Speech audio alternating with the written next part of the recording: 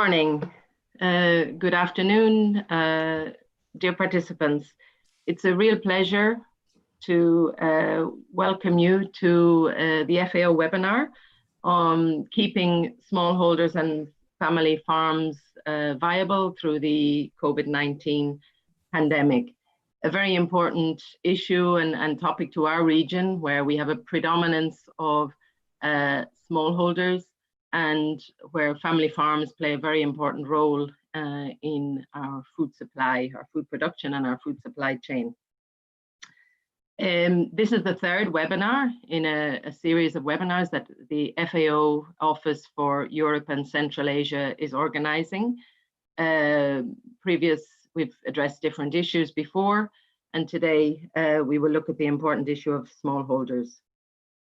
The purpose of our webinars is really to understand effects, changes, the context of COVID-19 in our region and the effects on the food and agriculture sector. We're very much here to facilitate information exchange, sharing experiences, and really having updates on the reality from the region.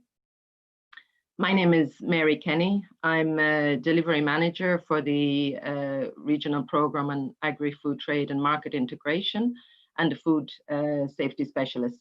I'm really pleased to be your moderator for today's webinar.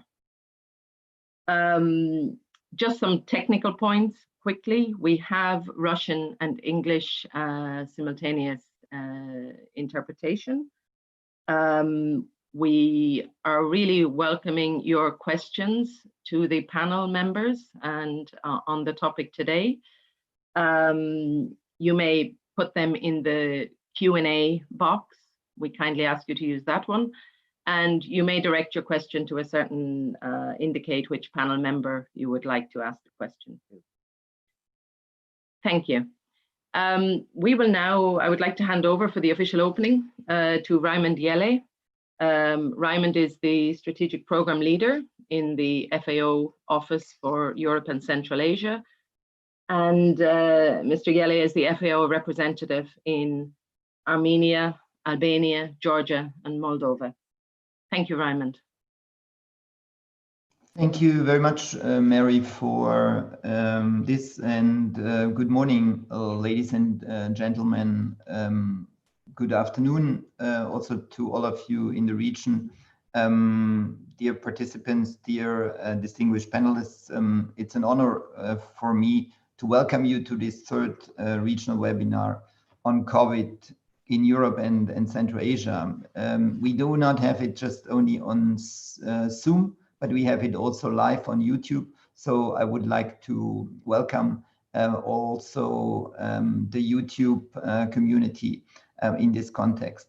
It's really important, and it's very welcome to have, on behalf of the regional office, this webinar, and as Mary was mentioning this already, also to share here experience. We have been experiencing an unprecedented situation in the past months. So it's really crucial to learn from each other regarding the adequate measures to be applied in the different countries. And with this webinar series, we are focusing on facilitating this multi-stakeholder dialogue in the region in order to really understand what is happening on the ground, and to create this platform in order to share the knowledge amongst the countries, amongst the experts, and amongst the stakeholders.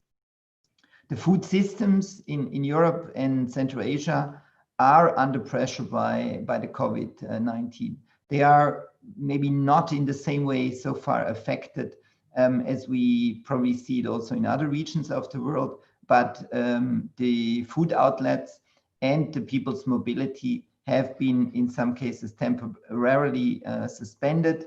We have seen what we mentioned also before, food trucks stranded at borders, and we have also certainly unemployment in the rise. And we have also, if you look into Western European countries, from time to time, suddenly hot spots or so-called super spreader situations, for example, in meat factories. So the impacts can not yet fully be quantified, in particular also not in relation to the smallholders. The smallholders in the region are dominant, and the smallholders play really a pivotal role in the region. So we consider that the smallholders are essential backbones of the food systems in the countries of the regions, and therefore FAO is also putting a focus and is providing assistance to our member countries in policy formulation and technical expertise. The importance of the smallholders in the region is also, of course, globally reflected with the UN Decade on Family Farming from 2019 to 2028. And this provides really a necessary umbrella for advocacy and support to the smallholders and bringing to the light these problems.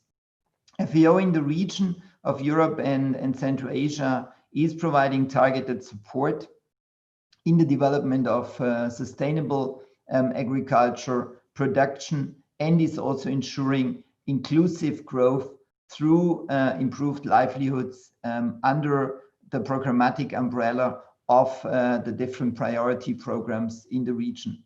The support must aim at income generation for smallholders and employment opportunities also for the youth. Particularly, we need to put more emphasis on rural youth and in order to support the development of the rural areas and to give them certainly also a future. The COVID-19 pandemic may present additional challenges and opportunities. It's still to be clarified and to be fully understood what are these opportunities. And for sure, it gives an impetus to examine how our food systems and supply chains are working. And in this case, again, putting a spotlight on the role of rural and farming communities. The changes which we can already see at some stage may require adjustments in markets and focus on short value chains. And of course, also using digital solutions and innovative technologies to facilitate the dissemination of data and knowledge to smallholders, particularly the digitalization and the ICT is something which the Corona crisis has demonstrated us gives new opportunities and gives particularly also new opportunities for the farm community.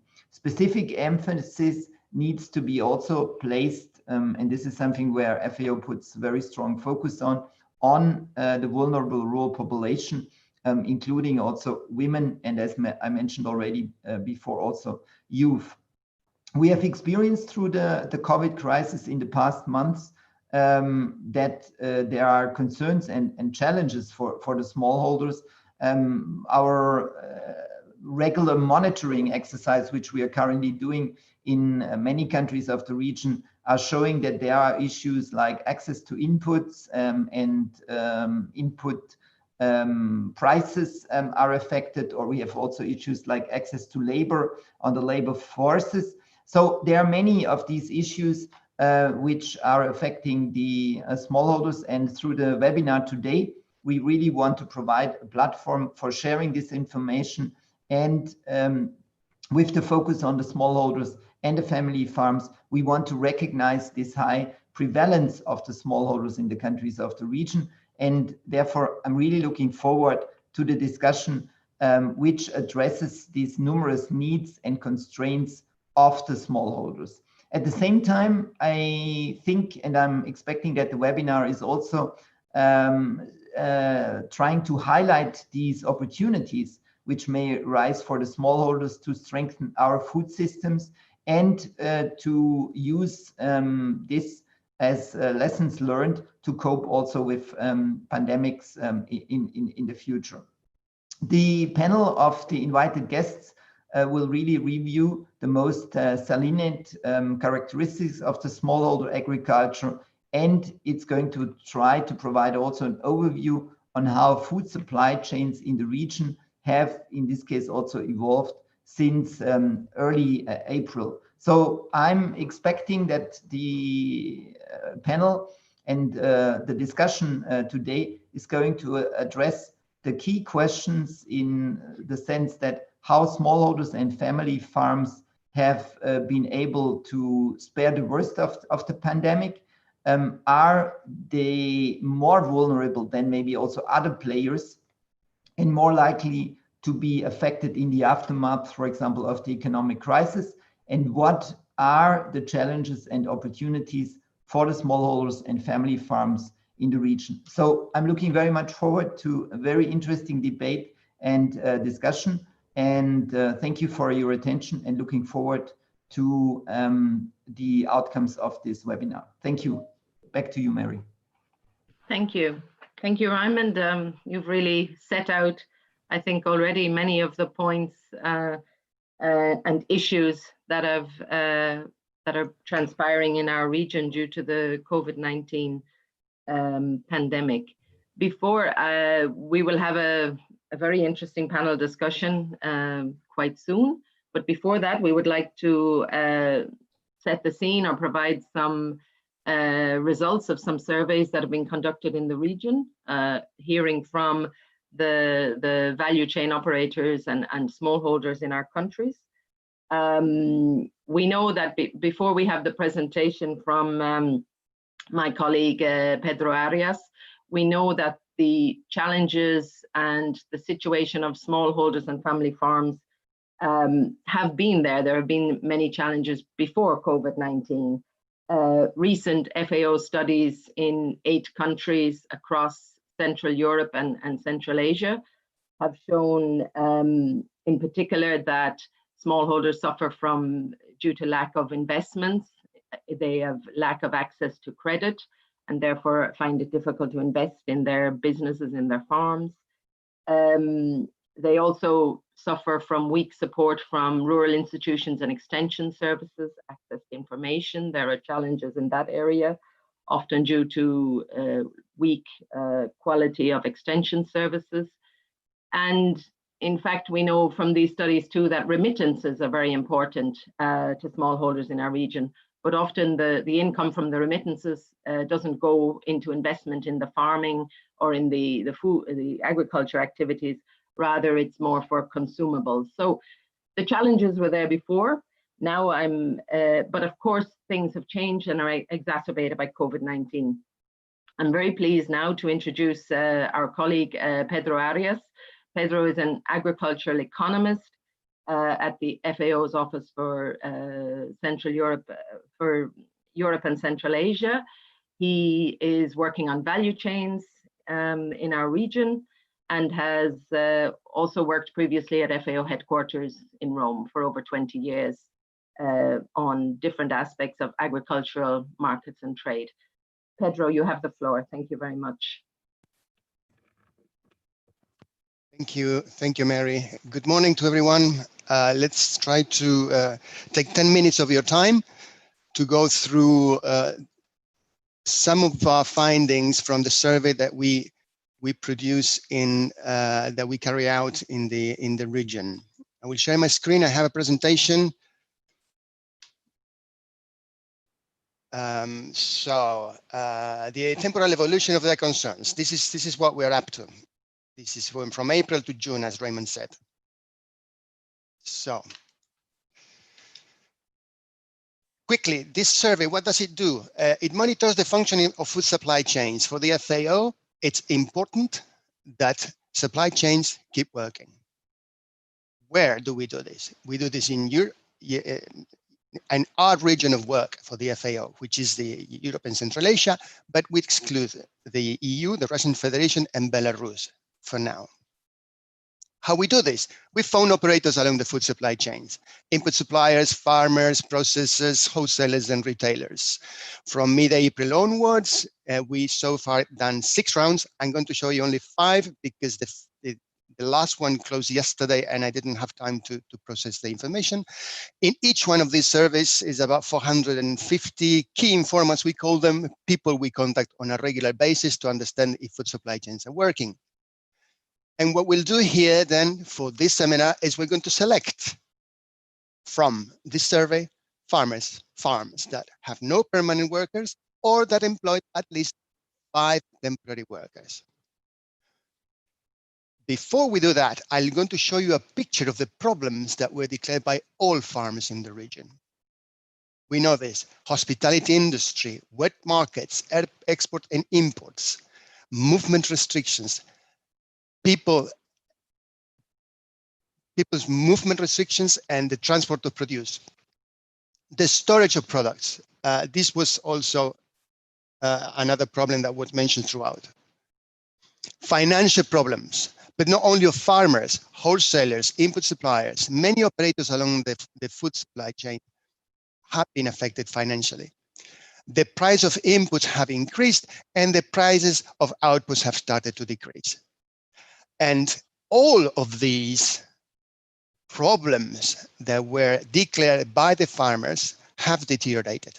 Now here, we need to understand that these are the problems that are due solely only to COVID. This is the question we pose to operators. Don't tell me about all the problems, just tell me about the problems that you have related to COVID. And this is what they told us. Now, smallholders. We know it's difficult to draw a line between what is a smallholder, what is a medium enterprise, large smallholders. The same applies for family farming.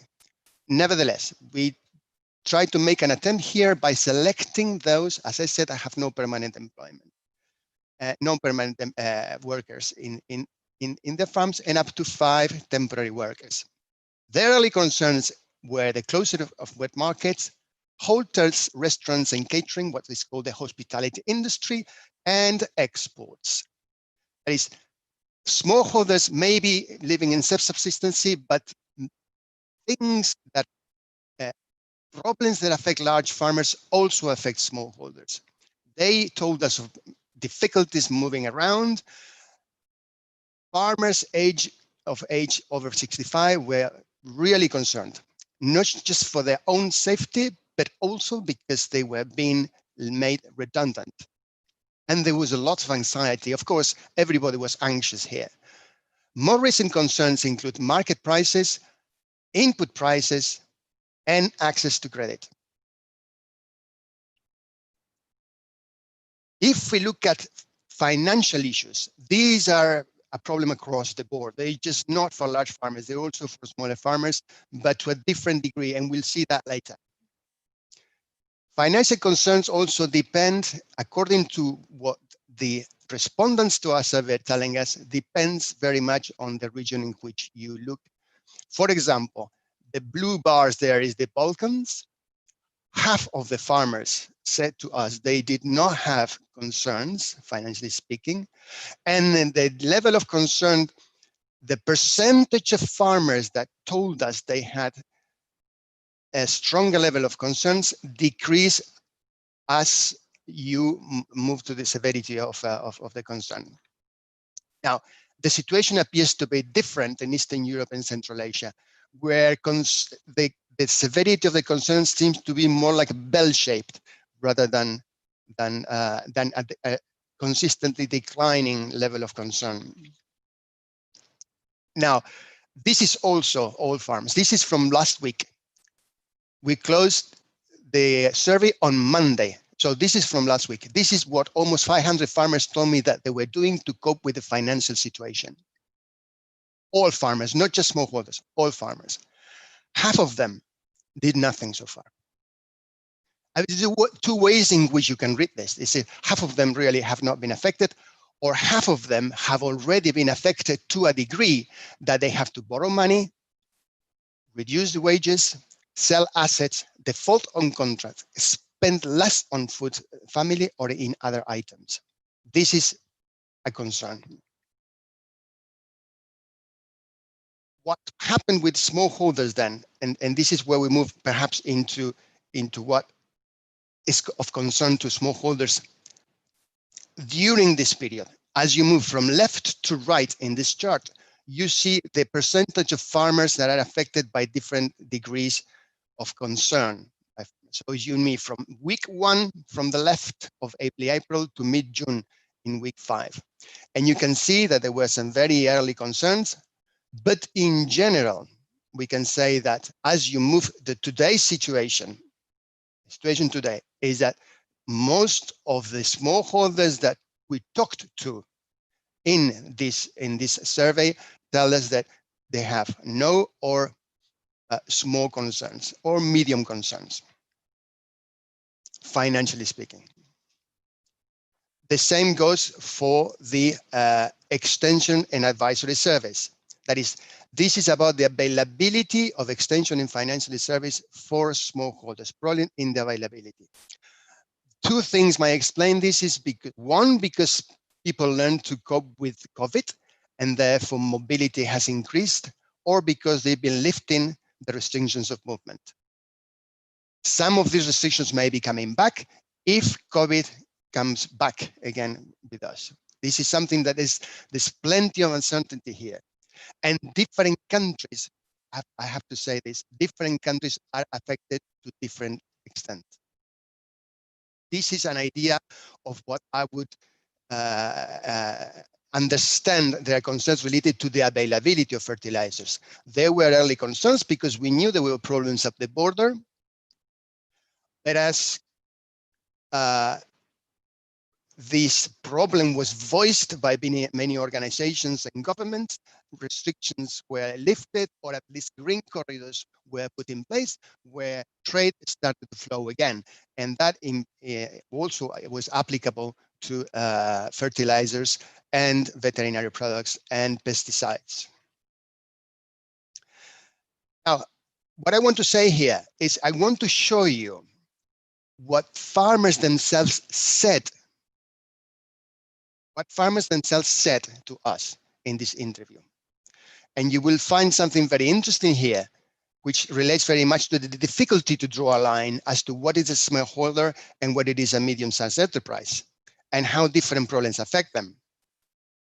Many of them said, we have no problems because of COVID. We're talking about, we asked them specifically, do you have a problem created by COVID? And these are their answers. I don't sell my products. I produce them for me and my family. I have no access to the market because I produce very little. My sales are small and my consumers are most of the time the same. What I produce in my region, I sell in my region.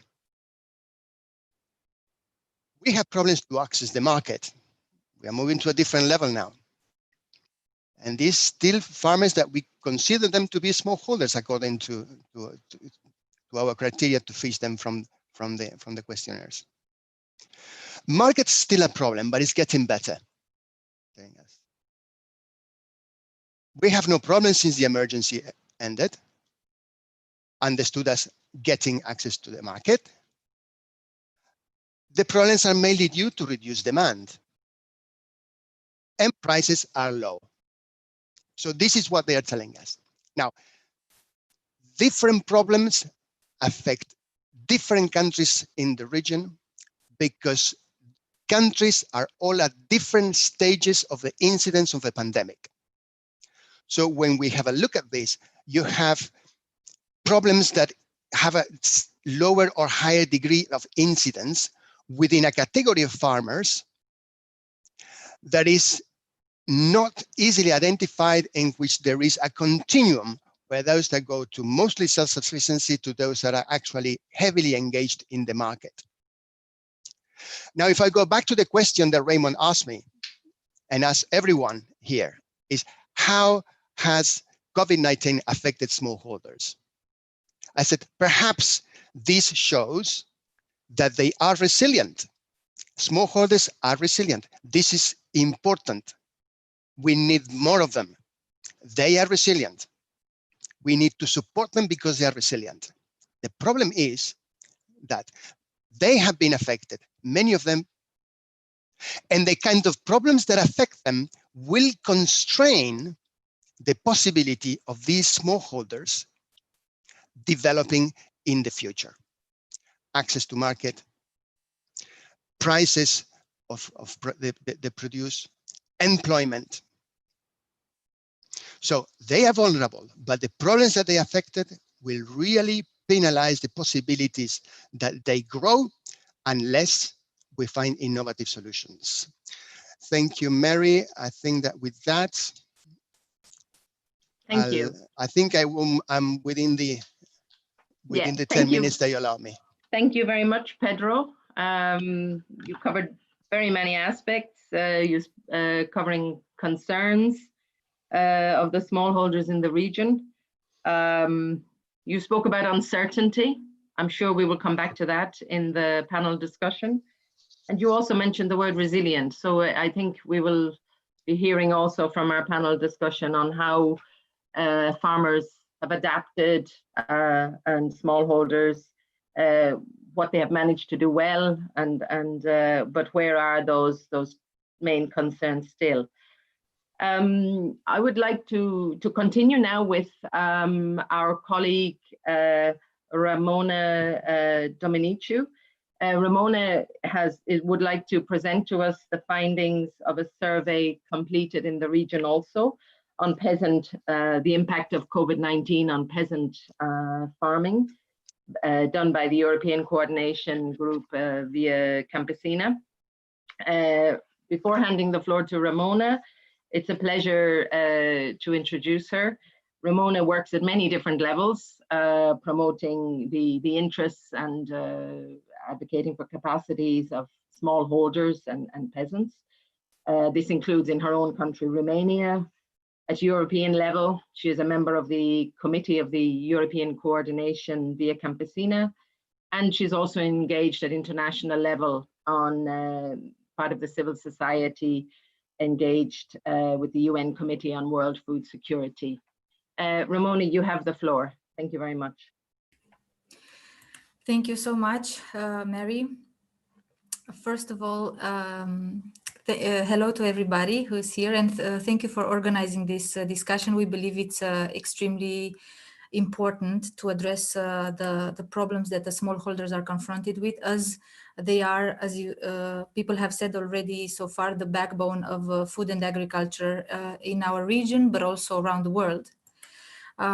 Just a few words in the beginning about the work done by Via Campesina Europe on data collection.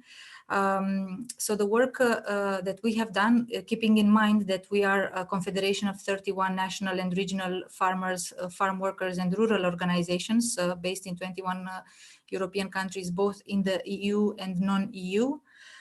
So our work of data collection started the process back in March. We started by creating a survey, which was conceived from the beginning to be applied in different stages, adapted to the evolution of the crisis. We applied in April a questionnaire looking to find how are the restrictions on COVID generated by COVID applied at national level. We looked at restrictions that affect food and farming activities for small and medium-sized farmers in all aspects of production and access to the market. Our survey has the objective to collect data both for emergencies issues, but also for medium and long-term issues, looking on how rural communities respond from the ground to the COVID crisis. And we are building in our process on these actions, solutions for and proposals for policy-making processes. The survey that we applied and we continue to apply is complemented by constant communication coming from farmers and workers organizations that are part of our network. And we're exchanging constantly with partners from other food producers areas. The result of our survey and the data collection work includes so far the following categories of issues. So first of all, with regards to access to markets, the restrictions at national and the regional level regarding mobility and carrying on agricultural activities were applied in different ways. There was a very big confusion in the beginning, and there was not a uniform way of applying this kind of restriction. We have noted that they progressively improved, but they did improve because of pressure, that organized pressure that was made by the smallholders, farmers, and medium-sized farmers. By improving these restrictions, they recognized more and more different essential roles in the society. And what we believe to be a big gain out of this process was the fact that peasants, small farmers and workers in food and agriculture sector were recognized as essential workers in an unprecedented way in an early stage of the COVID crisis. Historically, this essential role has been overlooked and taken for granted. Usually governments and institutions like to speak about us, the small food producers, without supporting us. So this, for the first time, really changed. This dynamic really changed, and the recognition of our role also was backed by supportive legislation, supportive norms. Another issue, another thing that came out of this survey, and also of the reality, is the resilience of the smallholders in the context of the COVID crisis. The self-organization for maintaining local markets alive, for providing consumers with access to fresh food, it was incredible. There are numerous initiatives that were done in different countries. Everywhere we can confirm that smallholders organized and provided this access to food, which was particularly needed for the vulnerable population, which has also less income to buy food from the international, that is provided by supermarkets, which is usually more expensive, and that doesn't provide us the quality food and the fresh food that is provided by the smallholders. From the proximity of the consumers. And then, of course, the issue of the local markets. We needed to make a lot of pressure in the early stages of the crisis to maintain the markets open, but not, of course, not in any conditions, to maintain them open in conditions that would protect the health of those who are exposed in the front lines, which is the producers, and of course, the consumers that were coming in contact with the producers. We noted from all the information provided that the international trade was a priority for all governments throughout the crisis from the beginning. And we noted also that the costs implied to support the long chains were much higher. It involved much more money and resources to maintain the long food chain open than by comparison with the local markets. So we try to transmit this message to governments and to the public opinion that when there's a time of crisis, and we also want to see this beyond the crisis, the local market needs to take priority always, because they're more resilient, they cost much less money and resources, and they are more solid than the global market, which we've seen to be extremely vulnerable to this time of crisis. Another category of issues that was very high in our survey was the human rights. First of all, the situation of the migrant workers in the food and agriculture sector, which became more visible as the COVID crisis was evolving. The exploitation of the migrant workers is historic in our region and all over the world. And it progressively degraded in our region. We have many cases of double standards where migrant workers are treated by lower standards than the domestic workers from the countries of destination where these migrant workers end up working. And there were a lot of cases documented throughout the crisis of workers who are exposed to the COVID virus without being protected and without having a truly responsibility assumed by governments. Yes, this is still an issue for which we need to continue to dialogue and to make pressure for improvement of the norms to actually come back to the standards that the humanity fought for historically and that seem to have been degraded throughout time. Looking at the issue of the migrants, what we noted in reality was the inequalities, the inequalities in our region. That part of our region is being less developed, is more exposed, has had these people living, for example, from Eastern Europe to Western Europe, exposed to the crisis in a way that put their health and their lives at risk. So we remain extremely concerned about this issue, and this is a very important part of food production that was not acknowledged and was considered really a taboo issues until we needed this crisis to expose these inequalities and also the exploitation of the migrant workers. And finally, final category of issues is related to governance and also the different roles played by different actors. For example, the role of financial institutions, which has been noted to be quite negative in the period of the crisis. We have this example of Ukraine, where the financial institutions, in order to provide a loan to respond to the COVID crisis for the Ukrainian government, forced the government to privatize agricultural land, to pass on a very controversial law that under normal circumstances would have had a very strong opposition. There is a historic, very strong opposition from the small farmers across Ukraine against privatization of the land in very wild conditions. So this was a price to be paid by the peasants themselves, and yes, it was generated by really by financial institutions who played this role, this very negative role. And yes, considering looking at the governance issue, what we noted everywhere in the region is the centrality of the public systems.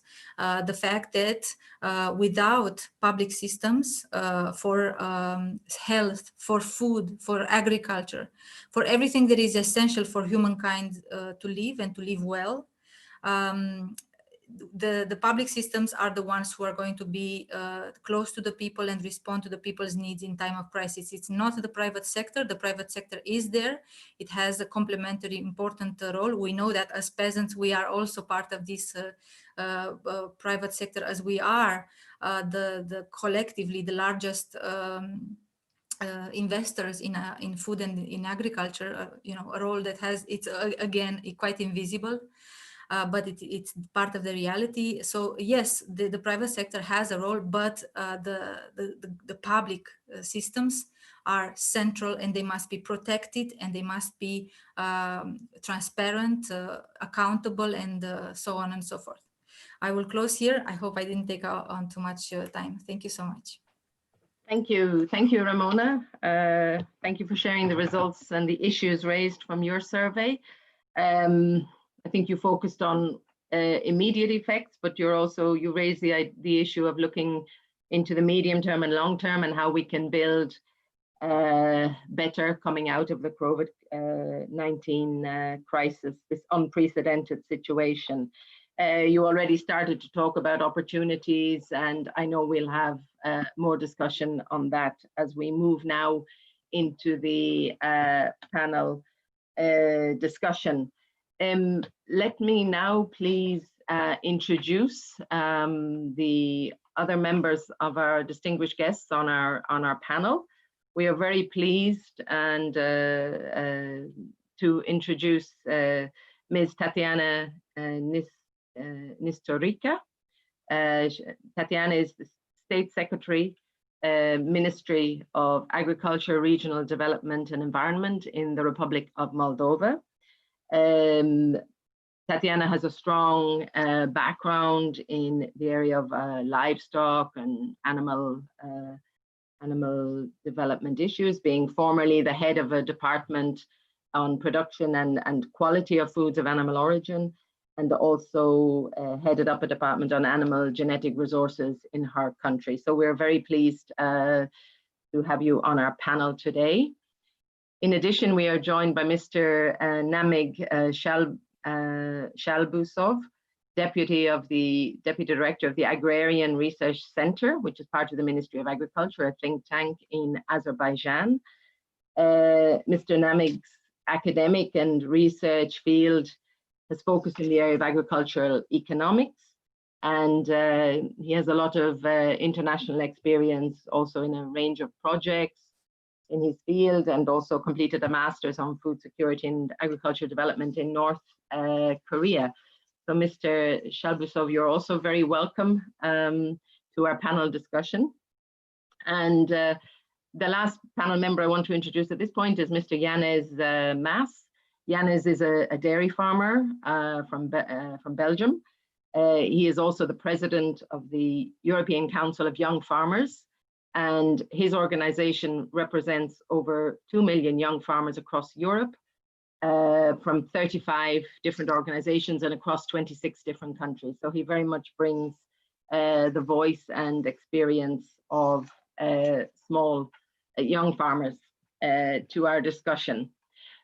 So let us now move into continue our discussion, and we would like to reflect from Moldova, to ask Ms. Nistorika, how have smallholders, we'd like to hear a little bit more about the challenges faced in Moldova, and how smallholders have fared in the last few months in the livestock sector in your country, and what are the main challenges they are facing now.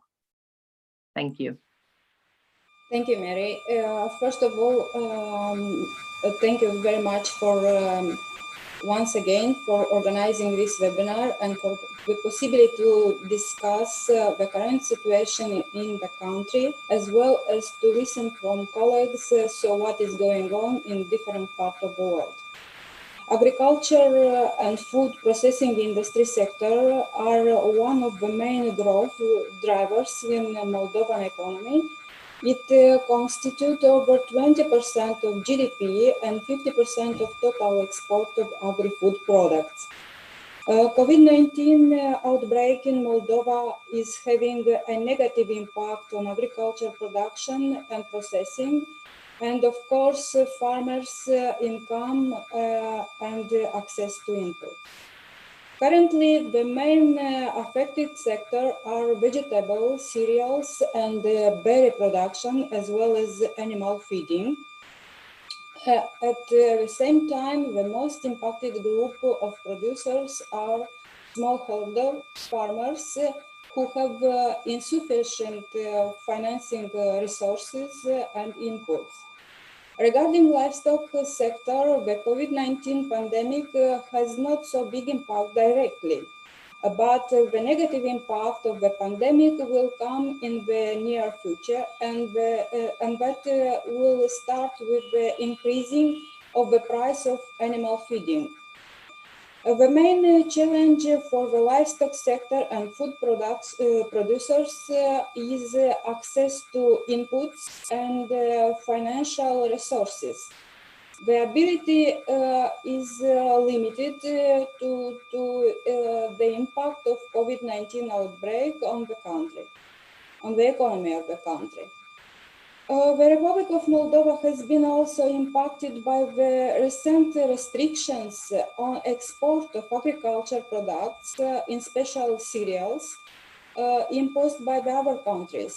This is expected to influence the increase of the export of cereals from Moldova and may lead to animal feed security risk for the livestock sector. And also is expected to influence the price for animal feeding. This will be a big challenge for livestock sector. Thank you, Mary. Thank you, Ms. Nistorika. Thank you very much. Yanis, your perspective on young farmers. I mean, young farmers are already often disadvantaged or in a difficult situation. Many countries are also focused on really trying to ensure that we have young farmers coming up in generations and keeping rural agriculture alive. So we'd like to hear a bit from you on what are specific challenges, but also what is your advice to decision makers on specific policies that could be implemented to help young farmers survive and prosper after the COVID-19. Yanis. Thank you, Mary, for the floor.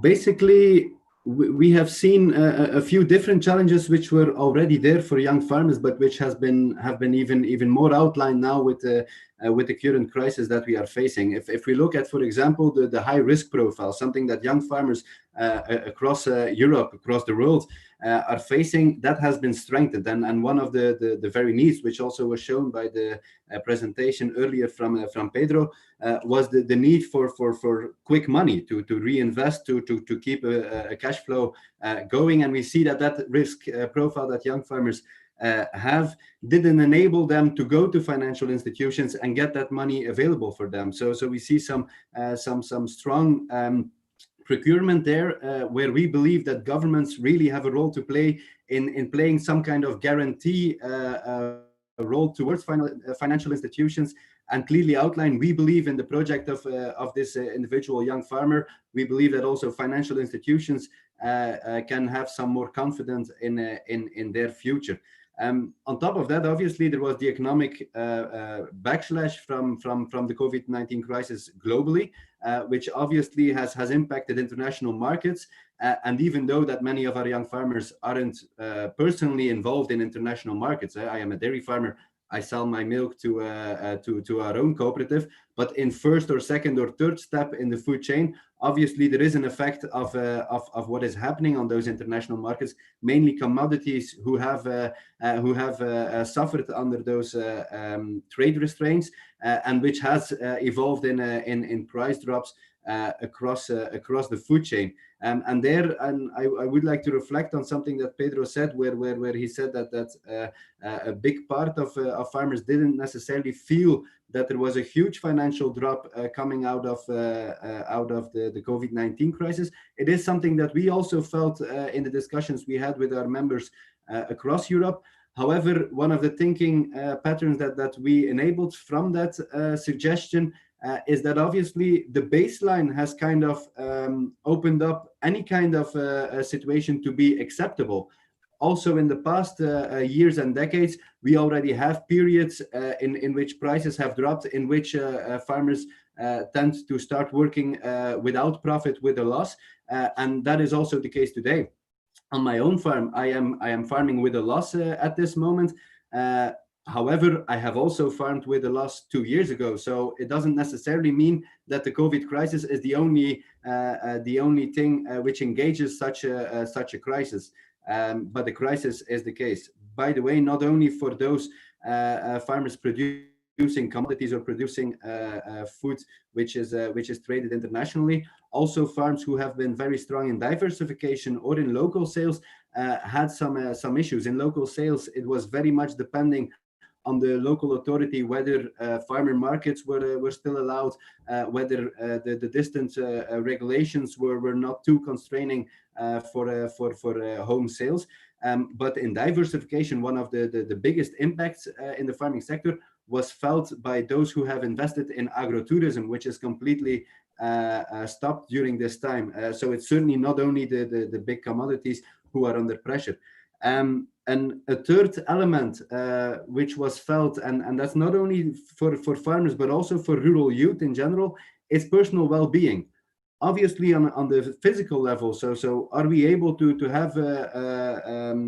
have safe distances throughout our work and throughout our lives, but also on a mental level, and that is something which has been completely forgotten in the discussion over the past months, is what is the impact mentally for young people who are by definition distant from the rest of the world, because obviously they are not always involved in the same community level, and with the lack of connectivity via internet, via smartphones, which urbanized areas tend to be better evolved in that sense, has created a huge problem for the mental well-being of rural youth and young farmers, and there really that 100% coverage of broadband needs to happen tomorrow rather than next week. And then maybe a last more positive element, something which we surprisingly noticed, is that in terms of inputs available at farm level, things went better than expected. Most of our farms, and I have to be honest, I mainly talk about the European Union now. In our non-European Union members, that situation was slightly different, but mainly the availability of inputs, whether it was fertilizers, whether it was animal feed, whether it was labor, was despite some small disturbances, was quite okay. So that is, I would say, a positive note to add to the discussion. Thank you.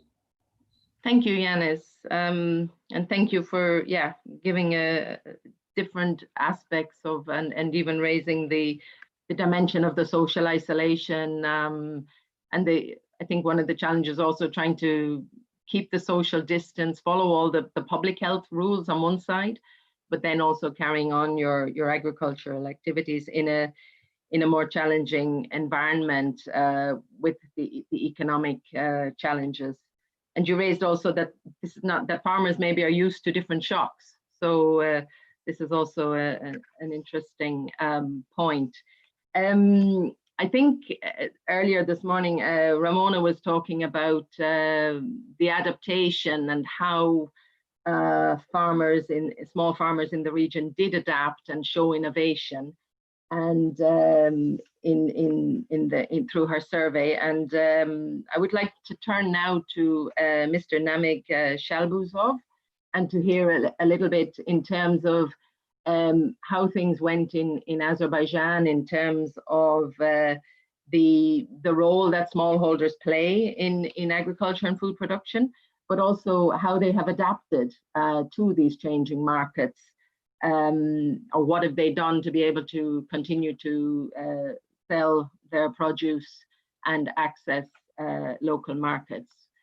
Thank you, Mr. Shalbuzov. Thank you, dear Mary. Hi, everybody again. So what is the situation in Azerbaijan right now? So first of all, I would like just to note the role of smallholders in agriculture in Azerbaijan. Just some figures. More than 47% of population in Azerbaijan live in rural areas, and almost 36% of employed people are engaged in agriculture. And what is happening, we will see that almost 82% of all agricultural producers have less than 2 hectares of arable land.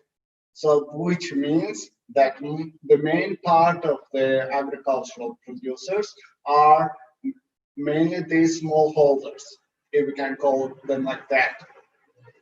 And also one very important point, that almost 90%, more than 90% of agricultural produce comes from these smallholders. So the role of the smallholders in agriculture of Azerbaijan is important. And now we go to measures taken by state against COVID-19 in Azerbaijan. So I have to note that the Azerbaijan government reacted to this pandemic very operatively. For example, to implement the measures to protect the economy, 1 billion manats have been allocated to Cabinet of Ministers, which is the main state body which coordinates the measures in this pandemic situation. Again, also to meet the technical needs of agricultural producers, 28 million manats have been allocated to agro-leasing agency, which is operating under the Ministry of Agriculture. By the way, this happened in April. Again, also in April, to improve the provision of microcredits to agricultural producers in the context of the coronavirus pandemic and in future, 30 million manats have been allocated to Agrarian Credit and Development Agency under the Ministry of Agriculture. Again, this was allocated in April. So also no restrictions in the movement of agricultural producers and service providers have been observed in Azerbaijan. I mean, the agricultural producers and service providers were granted freely move in case of agricultural activities. So all of these measures help agriculture avoid, the damage coming from COVID-19, coming from the pandemic. So in the end, for the period of January-May 2020, the total volume of agricultural production increased by 3.6% compared to the same period of the last year. Meat production increased by 3%. Milk production increased by 1.6%. Potato production increased by 13.7%. Vegetables production increased by 16.2%. Fruit and berries increased by 24.7%. And by now, 45.7% of grain fields in Azerbaijan, the harvest has been completed in the grain fields in Azerbaijan, which means the agricultural processes in the country did not stop because of the pandemic. Also, we have positive indicators in export because the potato exportation in comparison with the same period of the last year, it means January-May, the potato export increased by 2.3%. Vegetables exportation increased by 12.3%. But we have mainly two challenges. We have some kind of problems. We can call them like problems. Fruits export decreased by 19.5% and cotton lint export decreased by 28.6%. This decrease in cotton lint exportation mainly was connected to the prices to cotton lint, and mainly in March, the prices went extremely down, almost 25 or 26%. So this mainly impacted the exportation, but right now the prices for cotton are increasing, and we expect that for the period left for this year, the situation will be okay. But the same goes for exportation of fruits. And I guess you know that one of the main products, agricultural products, which is exported is hazelnut. And due to the problems in exportation, international trade, the export also of fruits went down. And for the post-pandemic period, this is shortly regarding the situation in Azerbaijan right now. And for the post-pandemic period, Mr. President signed an order about the measures to diminish the negative impact of coronavirus pandemic on agriculture and the whole economy of the country. So this decree includes complex of measures which are grouped under 4 directions, so including economy, social part, financial part, and so on. And one of the main problems, if I still have time, dear Mary. Very well. Just can you kindly wrap it up? Yeah, one of the main problems, it is connected, as Mr. Pedro Marcello Arias indicated, according to the survey. So the problems are almost the same with that.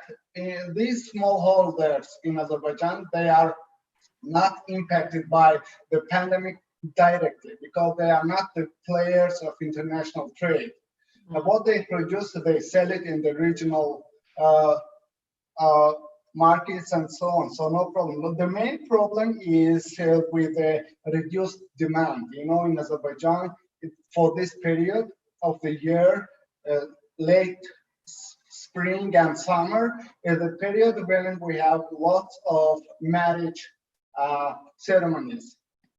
So now it is restricted, and mainly those smallholders, small producers, they were selling their produce for those, marriage ceremonies. So now it is restricted, no marriage ceremonies in the countries, and this is impacting the smallholders mainly. Otherwise, the situation in the whole country is, how to say, positive, no problems in Azerbaijan. Okay, excellent. Thank you, Mr. Shalbusov, for a very detailed overview of the situation in Azerbaijan. I think we can definitely all agree that the spotlight now is firmly on food and agriculture, on how we produce, what is the situation of the smallholders and family farms, and how do we continue to emerge from the very strict lockdown measures in many countries.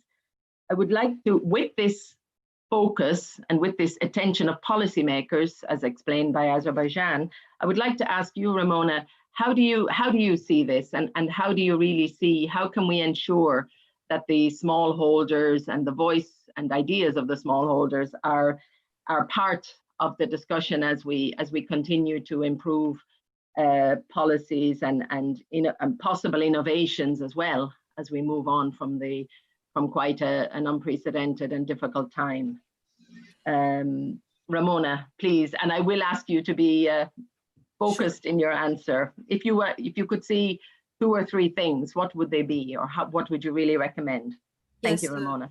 Thank you so much. Yeah, indeed, the answer to this question is not very simple, because we're actually confronted with a historical situation of marginalization. We have been historically marginalized in the governance process. At many times there are laws and norms created for food and agriculture sector for us, without being consulted. And this COVID crisis actually put us even in more difficulty. It restricted even more our access to dialogue with our governments. So we are trying very hard, more than we've ever tried, to be taken into consideration in the policy making process. For that, I was expecting that you are going to ask me something about rural advisory services. But in general, if we want to improve our place at the table, discussing the solutions, we believe that it's central to start implementing the United Nations Declaration for the Rights of Peasants and other people working in rural areas, which provide all the elements for all aspects of food production and life in the rural areas, to elevate the economy, and to elevate the conditions of work and development in rural areas, so that people don't have to desperately look for solutions elsewhere. We have this terrible situation that is very visible and is aggravated by the crisis over the migrant workers. And I have seen in the chat somebody from Kyrgyzstan that is sharing about the dramatic situation of the Kyrgyz people. We are sharing. I come from Romania, which is a country of migrant workers. We have millions of migrant workers working abroad in agriculture, and who suffered and even died from COVID during this pandemic. And I also noticed a question in the chat from regarding the Ukrainian process. Why do we believe it was actually bad to have farmers to liberalize the land market in Ukraine? And the answer is very simple. It's not me who says this, it's the Ukrainian farmers who have mobilized in the past few years against the wild privatization of the land, and the process that was created to adopt this law was completely undemocratic, was behind closed doors, and it was under conditions where everybody was under lockdown. And the beneficiaries of this law are going to be the oligarchs and the people who have access to capital, to which the small farmers cannot compete, and will become victims of land grabbing that will be institutionalized and led by who has more money to buy that land.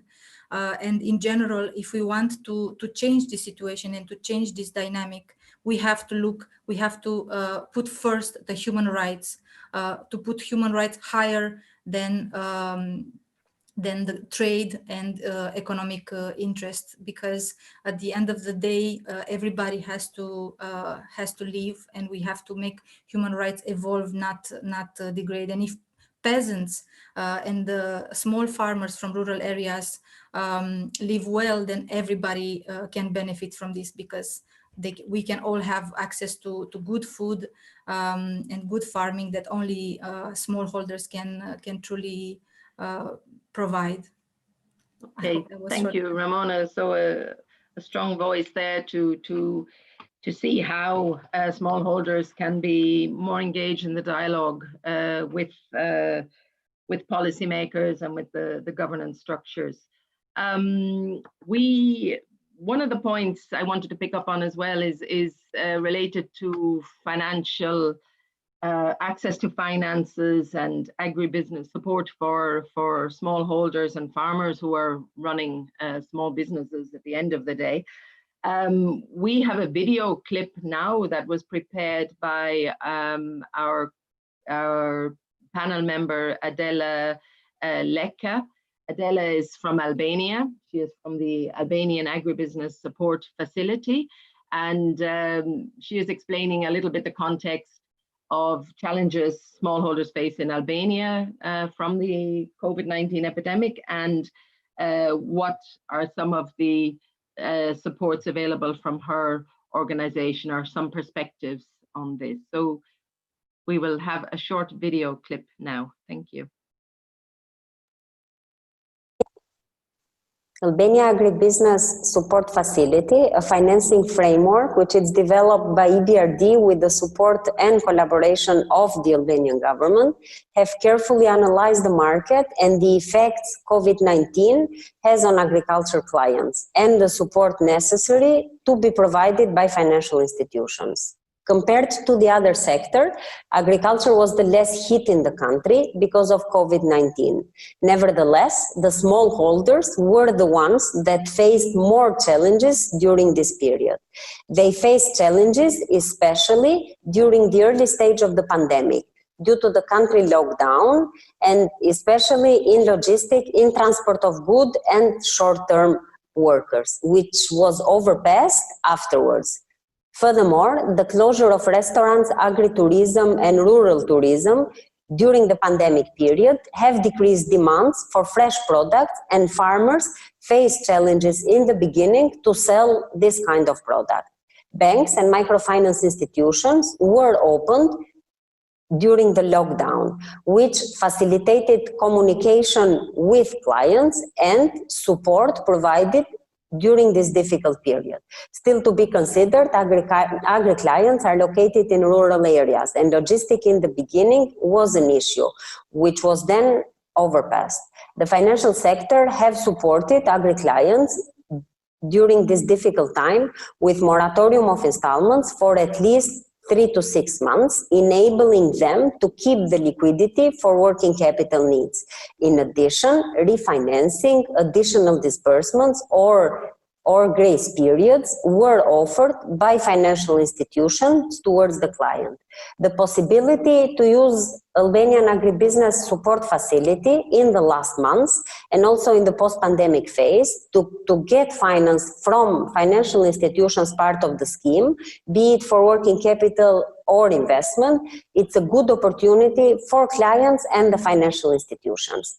Agriculture, it's a key economic sector in Albania, generating more than 20% of the GDP and employing a big number of workers. Investments are necessary, and currently the role of financial institutions is crucial to increase investments here and to transform agriculture from subsistence-oriented production into a modern, commercial and competitive sector.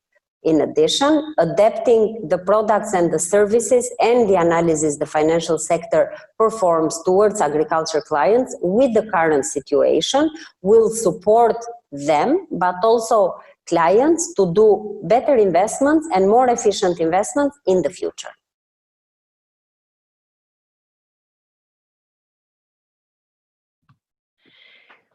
Thank you. So this is a perspective, and I want to stay now with Albania because we are also joined on our panel by Ms. Adora Leka, and Adora works for a medium-sized dairy plant in Albania. She has a strong background in quality control and in food safety. And a background in food chemistry. So Adora, we are interested to hear from you because in terms of how your company has changed, maybe its supply patterns, whether you're in what has changed in your supply, whether you're engaging more with smallholders in the region, and what would be some of the practices or changes that you could see going on after this situation? Over to you, Adora. Thank you. AGS is your company. Apologies. Thank you. We do not hear you, or you need to unmute. Yeah, hello, please. Mary. Good now.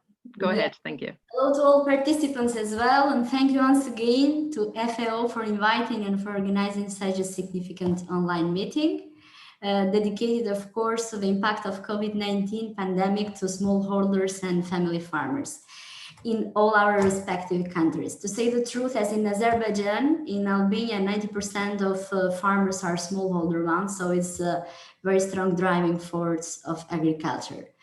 Petra and Johannes have covered the main key aspects of and facts and impacts of the situation, but as well in our country, due to the lockdown, since the beginning of March has been affected as well, especially in terms of the restriction of transportation of any kind, and without permission of local and national authorization, we could not move.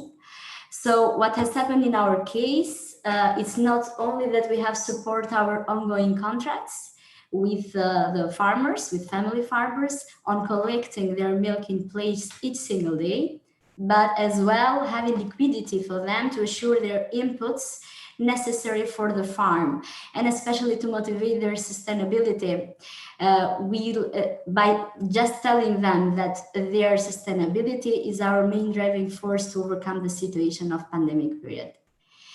Of course, to manage the situation has not been easy for our company, which has accumulated a lot of stocks in our warehouse, but again, achievable due to the Tetra Pak processing lines and fillings that we have in place. So by producing more UHT milk, which is a long life product, but as well, what is the most important, even for the final consumer, without changing any prices in our products. Our contribution has been even higher on supporting, let's say, many new coming family farms in the last 3 months due to their interruption of supplying small dairy processing, being engaged with HoReCa chain. Or has happened as well from they had immediate interruption of contracts with our big processor in Albania, either by reducing or decreasing milk prices or refusing their milk in everyday basis.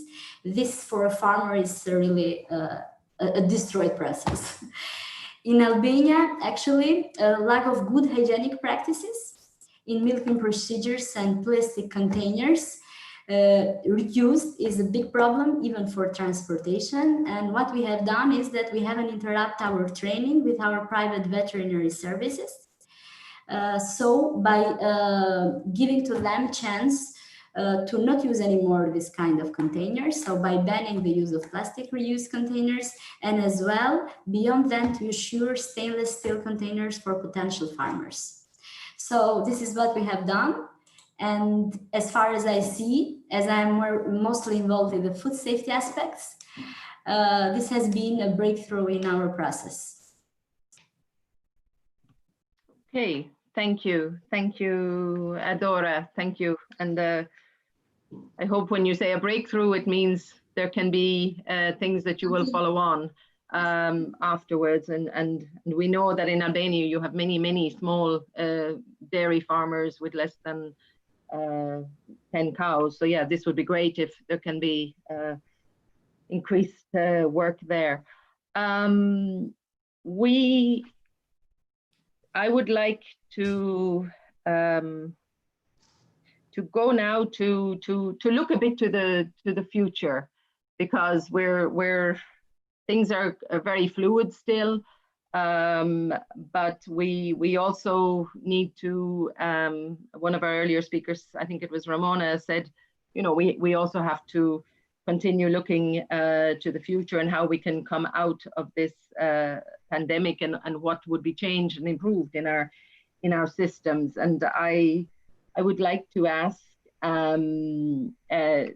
Tatiana Nistorica, from your perspective in Moldova, you know, what would you see in terms of policy changes or support measures that might endure beyond and to help farmers and smallholders through the economic crisis that they are definitely facing? Tatiana, you have the floor. Thank you, Mary, for the question.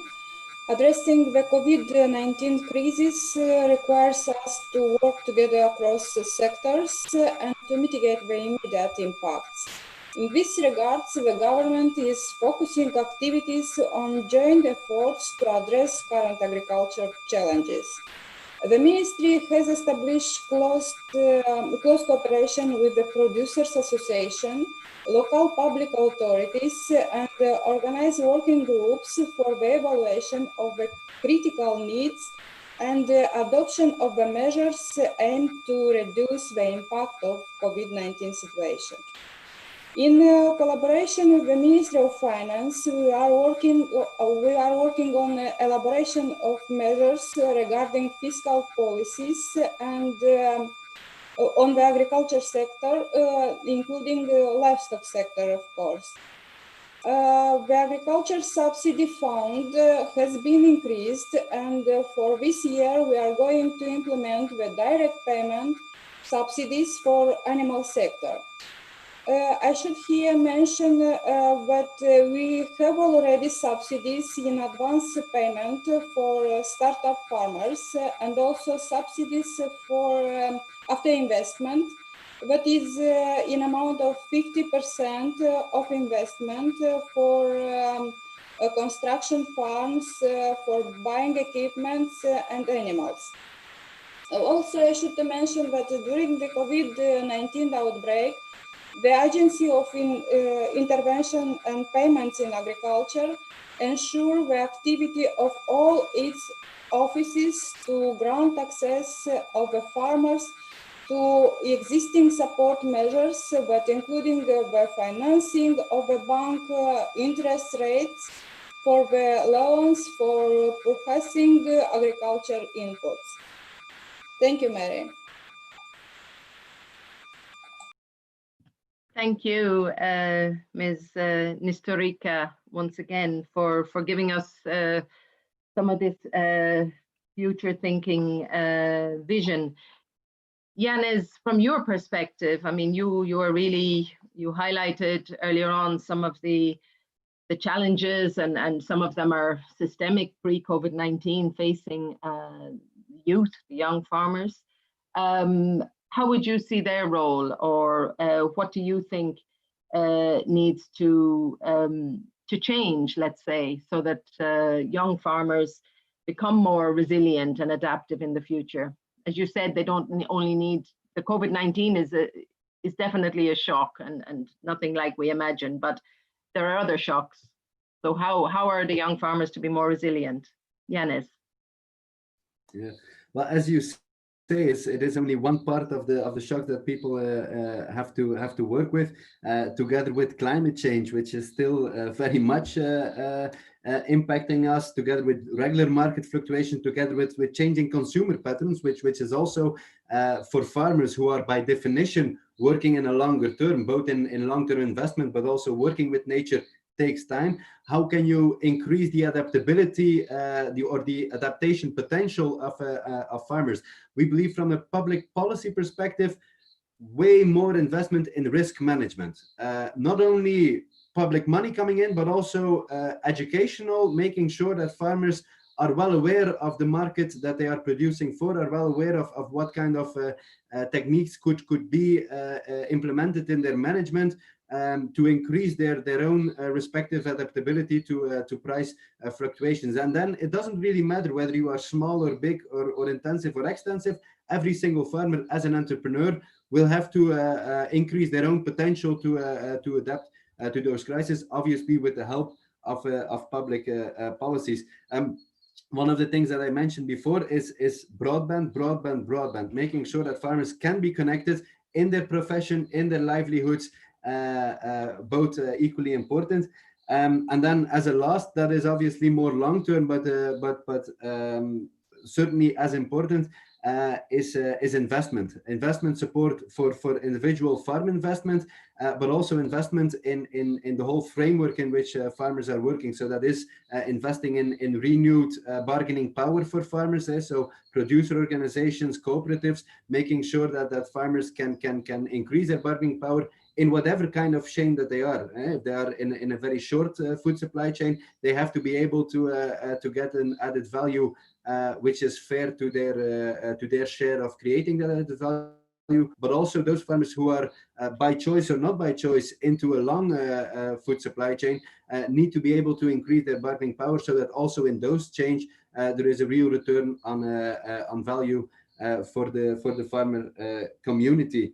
And then lastly, obviously, we are in a process of transformation, which is a good thing. Every single generation will have to see another type of agriculture coming onto them, but making sure that also from a societal point of view, there is real recognition for the efforts that farmers are doing in whatever way they are farming, and in whatever region they are farming. That recognition can help them to further diversify, to further make efforts to improve the sustainability on all levels of sustainability of their production.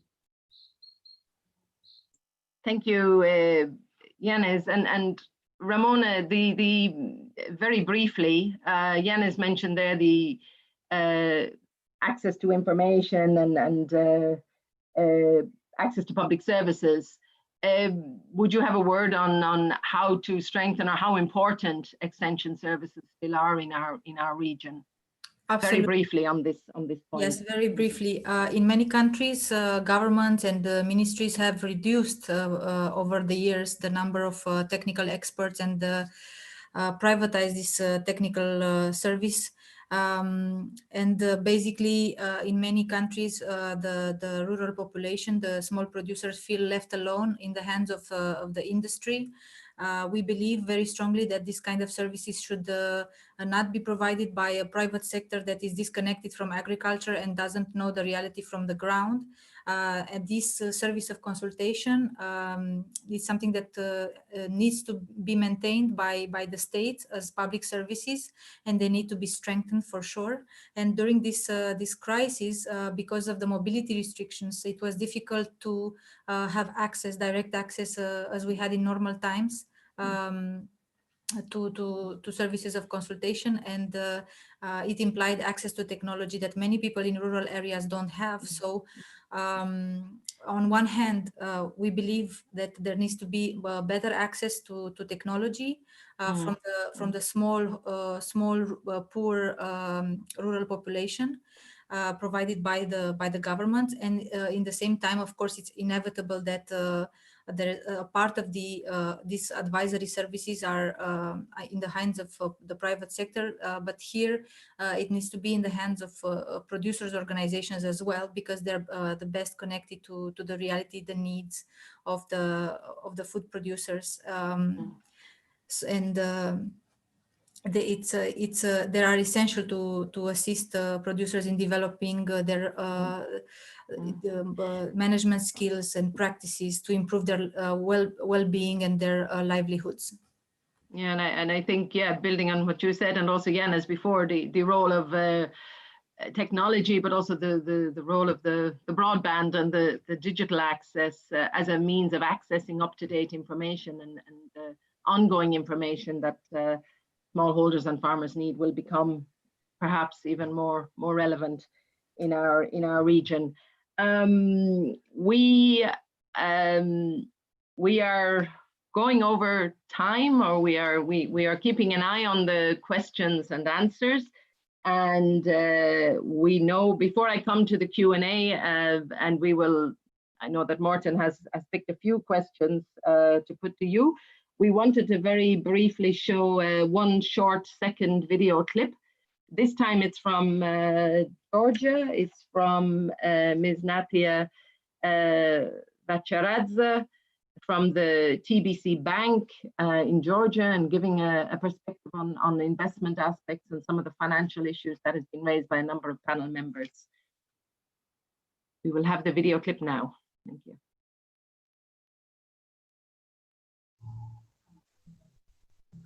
Hello, thank you for introduction. TBC is the largest bank in Georgia and the leader in agro-financing, with agro portfolio up to 15% of total MSME loan book. Shortly about our financing solutions, service model, and non-financial activities to support for small businesses.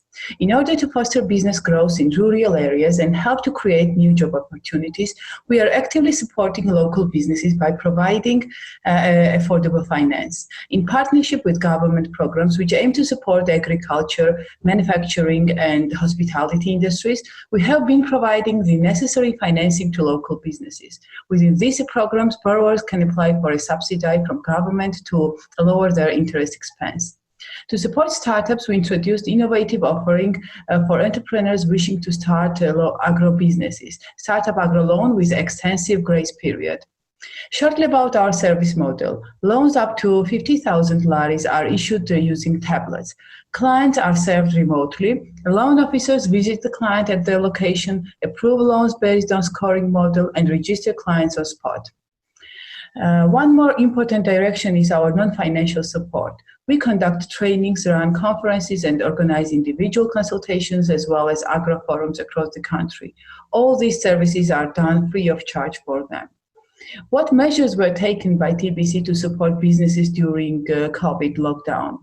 We have introduced a 3-month grace period for interest and principal payments.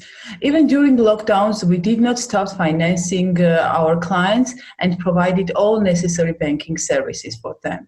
All non-financial activities like trainings and seminars were done online, and we have trained more than 1,000 participants.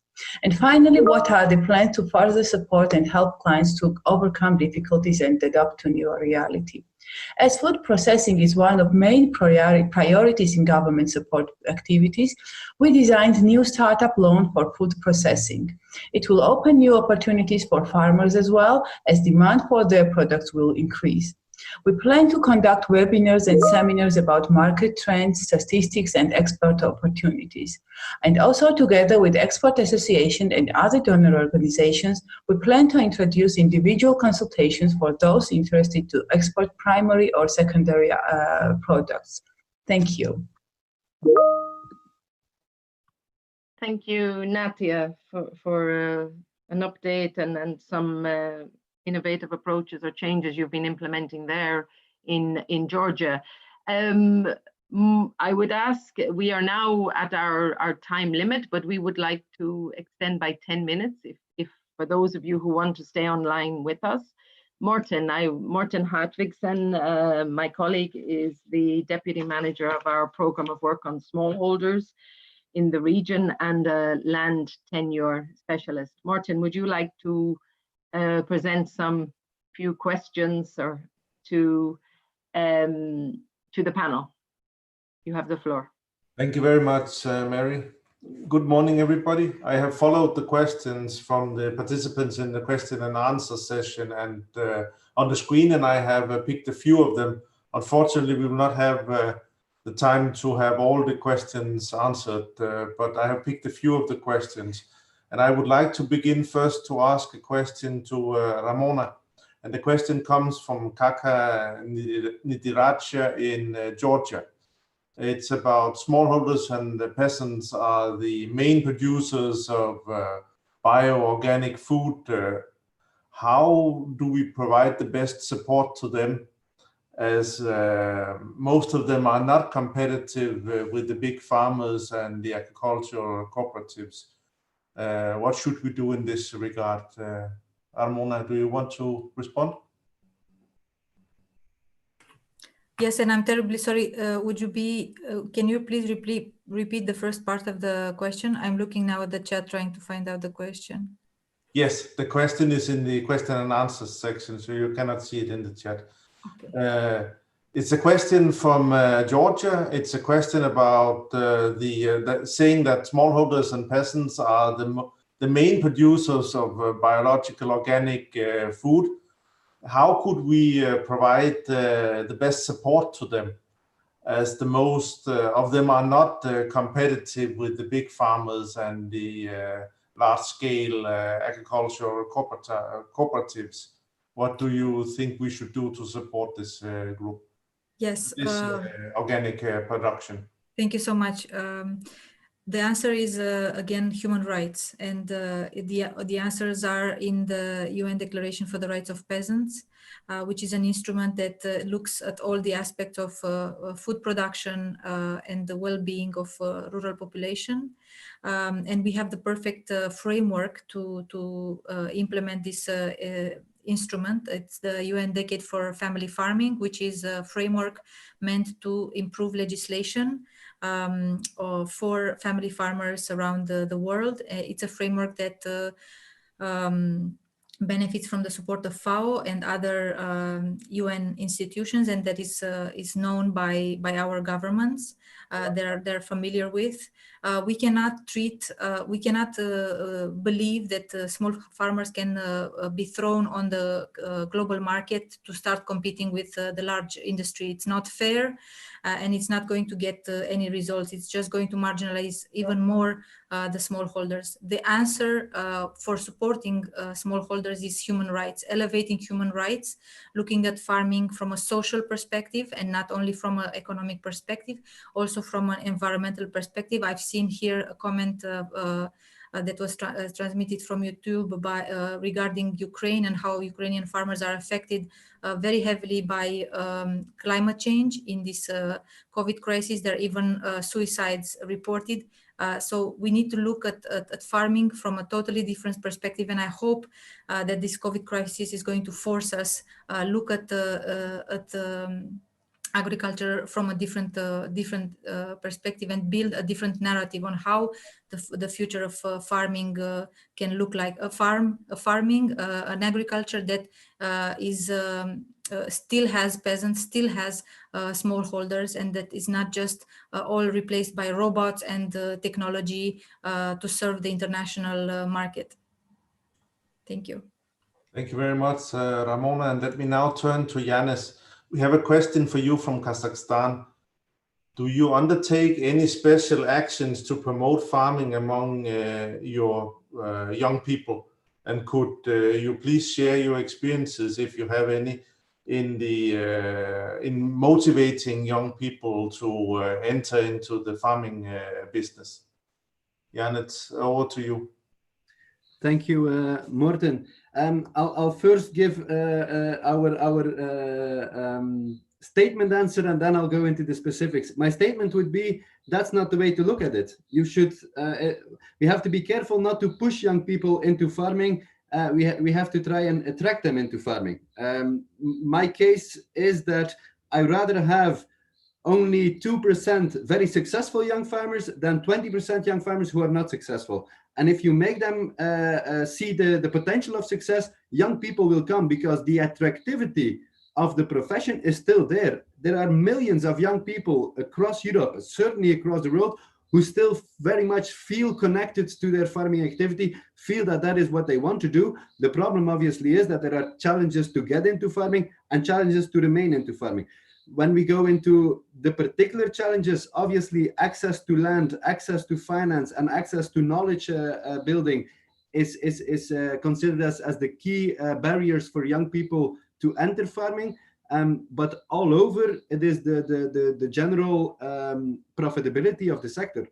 The moment that you get into farming and you feel that you cannot remain there financially, then it stops, and then people are also not going to be very convinced to tell their children or young people in rural areas or coming from urbanized areas, yeah, farming is the way to go. The success rate of our farming sector, small, big, doesn't matter, needs to increase, and then young people will come, because the attractivity of the sector is still there. That is not under the question for our view. But obviously, when we look at government support, well, make sure that there is a clear policy on making young people accessing land to start their farming business is the main one.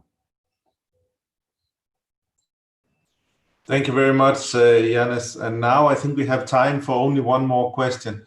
So I will turn to Tatiana Nistorica, and we have a question for you from North Macedonia. What are the most effective short-term measures taken by governments supporting the smallholders overcoming the COVID-19 related problems? Tatiana, over to you. Thank you so much. So for short-term measures, we expect it will be a good for sector direct payments for per head for animals. This will be for the sector, dairy sector in special. This is for increasing productivity of animals. And we hope this will be a support for farmers in case that the price for cereals, for animal feed will be increased. Thank you. Thank you very much, Tatiana. And now I hand back to Mary for the wrap up. Thank you. Thank you, Morten Hartvigsson, for your support, and thank you for the panel members for additional inputs on these ideas. To wrap up, I would like to ask some of our panel members for a final 1 minute take-home message. I would like to start with you, Adora Leka, someone from the private sector. What would you see as some immediate or even a little bit more medium-term actions that are needed, or what would be your take-home message on this? Where do we need to focus? Your microphone open. You need to open. It's okay? Yes, now, please. Thank you. Mary, it's in this moment is very important, especially in cases and in countries, small countries like Albania, to support smallholder farmers in organization, meaning to promote the dairy hub programs. We are doing this since 1 year already in one of the region nearby our factory, and this is the way how to promote let's say the right quality of the milk, and as well to connect the smallholder farmers to processors, and as well to increase the nutrition of the final consumer. So to be in line with training, with supporting financially, with increasing their liquidity, and as well to be in hand with the food safety criteria, hand in hand with them. Thank you, Adora. Tatiana Niskorika, could I ask you the same? What would be your take-home message from the discussion today in terms of immediate or more medium-term actions needed to help smallholders and family farms as we go forward? So immediate action, of course, will be to help farmers, but is needed now.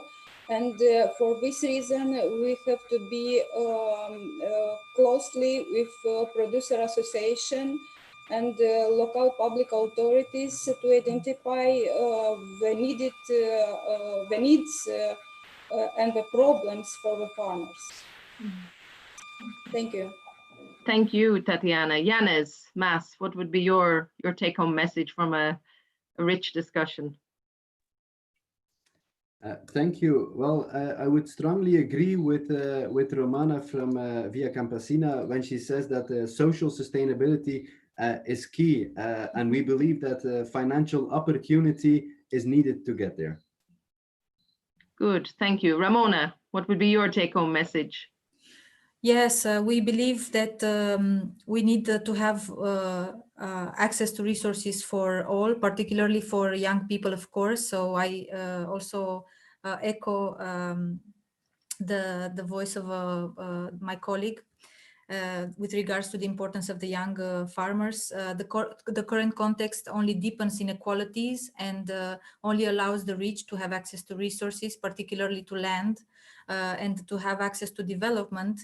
Human rights are the key to level the ground for everybody and to create equitable conditions for accessing resources and for accessing the market. Thank you.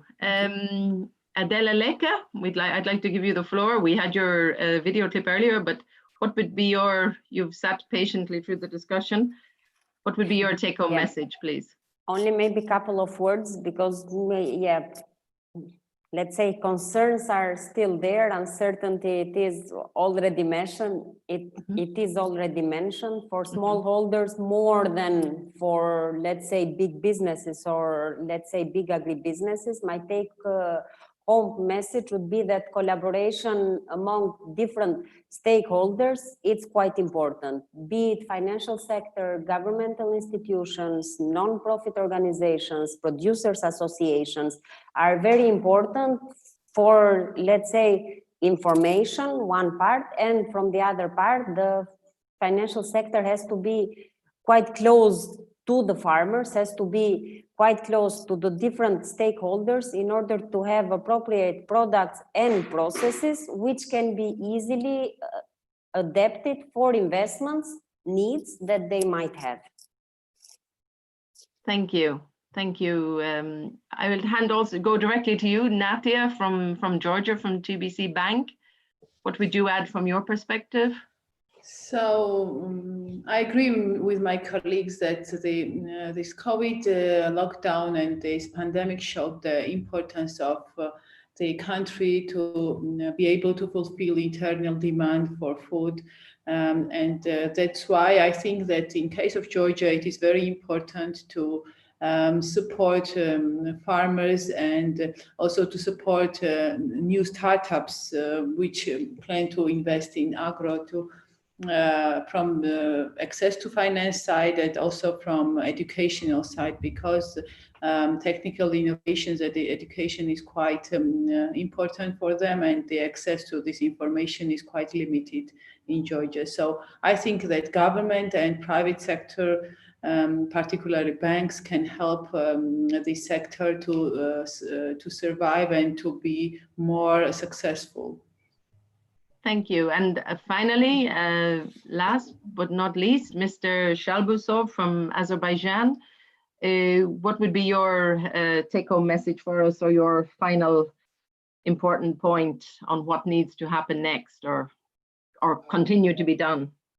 Thank you, dear Mary, for the floor, and dear colleagues. So my last message would be like, no restrictions along the supply chain and value chain. Just let the smallholders be engaged in agricultural activities freely.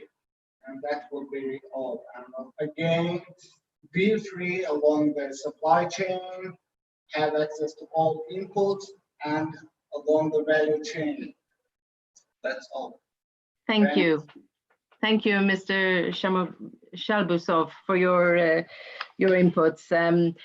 I would like to close. I really apologize. We have gone over by 15 minutes, but I hope we still have 100 participants with us. So I think that's a good sign. I just need to thank everybody. I want to thank all participants for your active engagement, for all our panel members, to all the organizing team and technical support, all my colleagues behind the scenes and their communication colleagues, and our interpreters. So thank you all. We will be pleased to share with you the presentation that was presented earlier.